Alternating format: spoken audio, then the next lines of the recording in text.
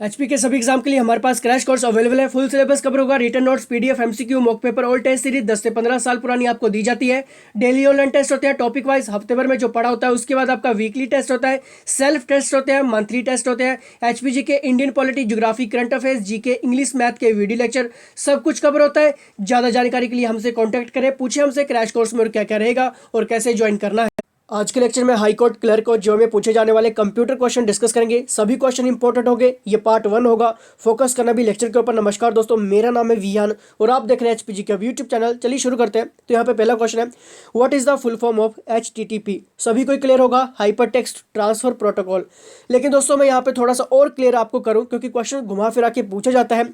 HTTP world wide web द्वारा use की जाने वाला एक प्रोटोकॉल है। यह प्रोटोकॉल डिफाइन करता है कि मैसेज किस फॉर्मेट में और कैसे ट्रांसमिटेड किए जाना है। वेरियस कमांड्स के जवाब में वेब सर्वर और ब्राउज़र को क्या एक्शन करना चाहिए, ये सब रोल रहता है। आप जब कुछ सर्च करते हैं तो देखा होगा http/ पहले आता है, ठीक है। आगे बात करेंगे, net is a technology. NET की बात करें दोस्तों, यहाँ पे माइक्रोसॉफ्ट डॉट नेट एक सॉफ्टवेयर कंपोनेंट है जो विंडोज़ ऑपरेटिंग सिस्टम पर चलता है। डॉट नेट फ्रेमवर्क को चलाने के लिए यूज़र्स पीसी पर डॉट नेट फ्रेमवर्क इंस्टॉल किया जाता है। तो ये सब चीज़ें आपको क्लियर होनी चाहिए। आगे बात करेंगे, how many numbers of home pages of website can contain.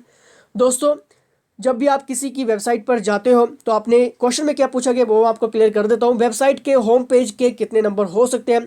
तो दोस्तों जब भी आप किसी की वेबसाइट पर जाते हो, होम पेज एक वेब सर्वर के मेन पेज का नाम है। साइट पर और पेजेस पर हाइपरलिंक आप पा सकते हैं।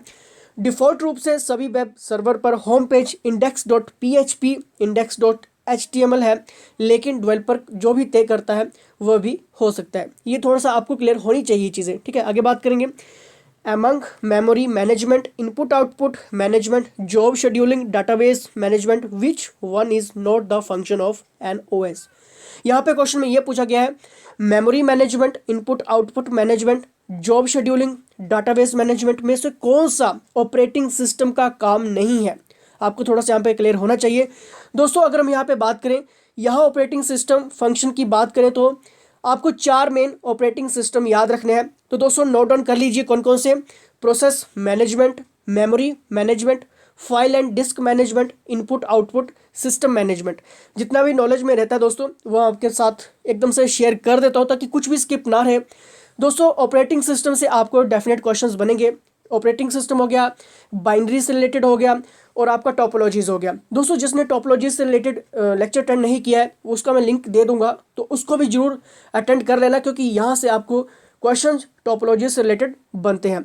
नेक्स्ट बात करेंगे दोस्तों, आगे देखते हैं, among Microsoft Windows, Unix, Linux, Android, Oracle, which one is not an OS।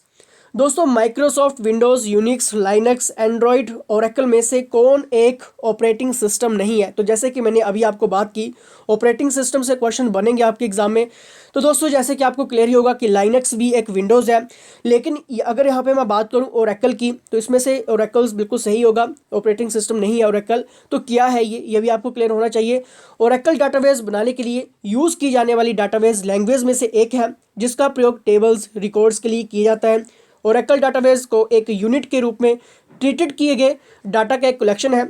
इस डाटाबेस जो उद्देश्य है, जो मेन कॉज है, वो रिलेटेड इन्फॉर्मेशन को स्टोर करके दोबारा प्राप्त करना है। तो ये काफ़ी इंपॉर्टेंट क्वेश्चंस हैं। आगे बात करेंगे, among Google Internet Explorer, Microsoft Excel, HP, which one is web browser. इनमें से कौन सा वेब ब्राउज़र है। सही आंसर होगा, आपको क्लियर ही होगा, इंटरनेट एक्सप्लोरर इसका बिल्कुल सही आंसर होगा। आगे बात करेंगे, system software is an interface between. तो दोस्तों सिस्टम सॉफ्टवेयर इंटरफेस है, इसके बीच में पूछा गया है, तो आपको याद रखना है हार्डवेयर और सॉफ्टवेयर एप्लीकेशन के बीच का एक इंटरफेस है। सबको नॉलेज में होना चाहिए। क्वेश्चंस दोस्तों ज़्यादा डीप नहीं आएंगे आपको कंप्यूटर सेक्शन से, लेकिन थोड़ा सा क्वेश्चन जो है घुमा फिरा के पूछा जाता है। अगर आपका MS बिल्कुल क्लियर है तो 10 नंबर आप यहाँ से ले सकते हैं दोस्तों, क्योंकि ऐसे क्वेश्चन आपके एग्जाम में बनेंगे। MS हुआ, ऑपरेटिंग सिस्टम हुआ, टोपोलॉजीज हुआ, तो क्वेश्चन यहाँ से बनते हैं। आगे बात करेंगे, among Microsoft Windows 6, Microsoft Windows 7, Microsoft Windows 8, Microsoft Windows XP, which one is not a Windows version. तो दोस्तों अगर हम यहाँ पे बात करें इनमें से कौन सा विंडोज़ वर्जन नहीं है, तो आपको याद रखना है इनमें से माइक्रोसॉफ्ट विंडोज़ 6। आई थिंक दोस्तों ये मोबाइल विंडोज़ 6 वर्जन है, इसके बारे में थोड़ा सा मुझे स्किप है दोस्तों, लेकिन इसका बिल्कुल सही आंसर होगा माइक्रोसॉफ्ट विंडोज़ 6। आगे बात करेंगे, आगे देखते हैं कैसे क्वेश्चन यहाँ पे इंक्लूड किए गए हैं। Which one is keyword shortcut for undo the last operation performed in Microsoft office. दोस्तों अगर हम यहाँ पे बात करें माइक्रोसॉफ्ट ऑफिस में किए गए लास्ट ऑपरेशन को अंडू करने के लिए कौन सी कीवर्ड शॉर्टकट है, तो आपको याद रखना है दोस्तों Ctrl+Z। ठीक है, आगे बात करेंगे। Any statement in C language that starts with the character hashtag is called. दोस्तों यहाँ पे क्वेश्चन में ये पूछा गया है कि प्री प्रोसेसर स्टेटमेंट की जब भी दोस्तों अगर हम यहाँ पे बात करें बिगिन विद ठीक है, तो प्री प्रोसेसर स्टेटमेंट के बारे में आपको मैं थोड़ा सा क्लियर कर देता हूँ यहाँ पे कि क्या चीज़ है ये। Preprocessor statement begin with the hashtag symbols, ठीक है, are not treated by a semicolon. तो ये थोड़े से बेसिक चीज़ें हैं, आपको याद रखनी पड़ेंगी। आगे बात करेंगे the full form of RAM, सभी को क्लियर होगा, रैंडम एक्सेस मेमोरी, यहाँ से क्वेश्चंस बनते हैं। आगे बात करेंगे the speed of operations of cache memory used in computers is slower then that of you. दोस्तों कैश मेमोरी कंप्यूटर स्पीड को स्लो कर देती है। कैश मेमोरी फ़ोन में भी होती है, यहाँ टेम्परेरी फाइल्स लोड हो जाती है, इनको डिलीट ना किए जाए तो स्पीड स्लो हो जाती है। तो सही आंसर होगा रजिस्टर इन सीपीयू इस क्वेश्चन के अकॉर्डिंग। आगे बात करेंगे, आगे देखते हैं। While entering a formula in a cell in MS Excel, the entry must begin with operators। जब MS Excel में किसी सेल में फॉर्मूला एंटर करते हैं तब entry with must begin with operator. तो दोस्तों रजिस्टर इन सीपीयू, नेचुरल सी बात है, सीपीयू रजिस्टर इन सीपीयू, तो इसमें थोड़ा सा आपको क्लियर भी होना चाहिए क्वेश्चंस। आगे बात करेंगे a compiler is very important, questions बनता है बार बार। अ कंपाइलर इज, दोस्तों क्या है compiler? A software utility that translates a program written in high language, आपको याद रखना है, written in high high level language into machine language, ये आपको थोड़ा सा क्लियर होना चाहिए। प्रिंटर से रिलेटेड क्वेश्चंस हुआ, कंपाइलर हुआ, माउस कीवर्ड से रिलेटेड क्वेश्चंस हुए, नेटवर्किंग से क्वेश्चंस हुए, एमएस से रिलेटेड क्वेश्चंस हुए, टोपोलॉजीज नेटवर्किंग से क्वेश्चंस हुए। इतना ही आपको पढ़ के जाना है दोस्तों, कंप्यूटर आपका पक्का हो जाएगा। ठीक है, आगे बात करेंगे। और अगर आप ये पूरी की पूरी सीरीज अटेंड करते हो तो एक भी क्वेश्चन स्किप नहीं होगा। आगे बात करेंगे। अब बाइट्स कंसिस्ट ऑफ, तो दोस्तों सभी को क्लियर होगा 8 बिट्स, इसका सही आंसर होगा। आगे बात करेंगे।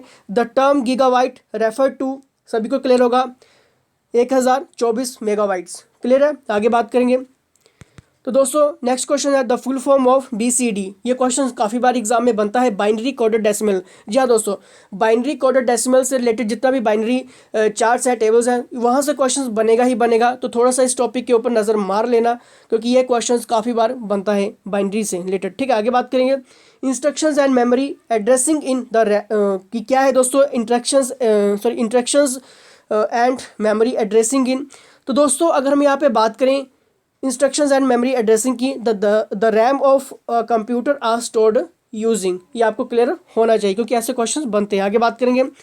A computer on internet is uniquely identified by, तो IP एड्रेस, सभी के PC का अपना एक IP एड्रेस होता है, सभी को नॉलेज में रहना चाहिए। मैक एड्रेस हो गया, ठीक है, 25 पॉइंट से यहाँ से स्टार्ट होता है, या अपना खुद का भी आप IP एड्रेस यहाँ पे रख सकते हो। जिनको IP एड्रेसिंग से लेक्चर अटेंड नहीं किया, आप YouTube पर जाके IP से रिलेटेड लेक्चर अटेंड कर लीजिए, हमारे द्वारा नहीं बनाया गया, लेकिन आप और किसी के भी IP एड्रेसिंग से रिलेटेड लेक्चर अटेंड कर सकते हैं, क्योंकि अगर आप इन चीज़ों को लेकर चलोगे तो डेफिनेट कुछ ना कुछ निकल के आएगा। आगे बात करेंगे।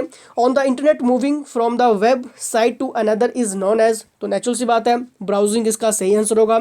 इन इंटरनेट टर्मिनोलॉजी IP मीन्स, तो क्या मतलब होता है दोस्तों? इंटरनेट प्रोटोकॉल, ठीक है, IP की फुल फॉर्म। आगे बात करेंगे।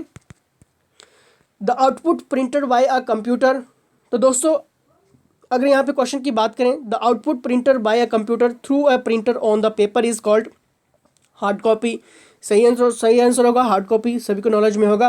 Arrange in ascending order the units of memory TB KB GB MB, यानी कि टेराबाइट, किलोबाइट, गीगाबाइट, मेगाबाइट, तो इसके असेंडिंग ऑर्डर में लगाना है दोस्तों। तो पहले आएगा टेराबाइट, गीगाबाइट, मेगाबाइट, किलोबाइट, ठीक है। तो ऐसे क्वेश्चन आपके एग्जाम में बनते हैं।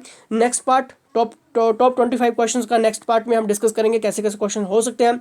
तो दोस्तों लाइक कर दीजिए, जिन्होंने पहली बार सब्सक्राइब नहीं, जो पहली बार विजिट कर रहे हैं अभी तक सब्सक्राइब नहीं किया वो सब्सक्राइब भी कर लीजिए। और क्रैश कोर्स अवेलेबल है तो उनके बारे में हमसे पूछ लीजिए।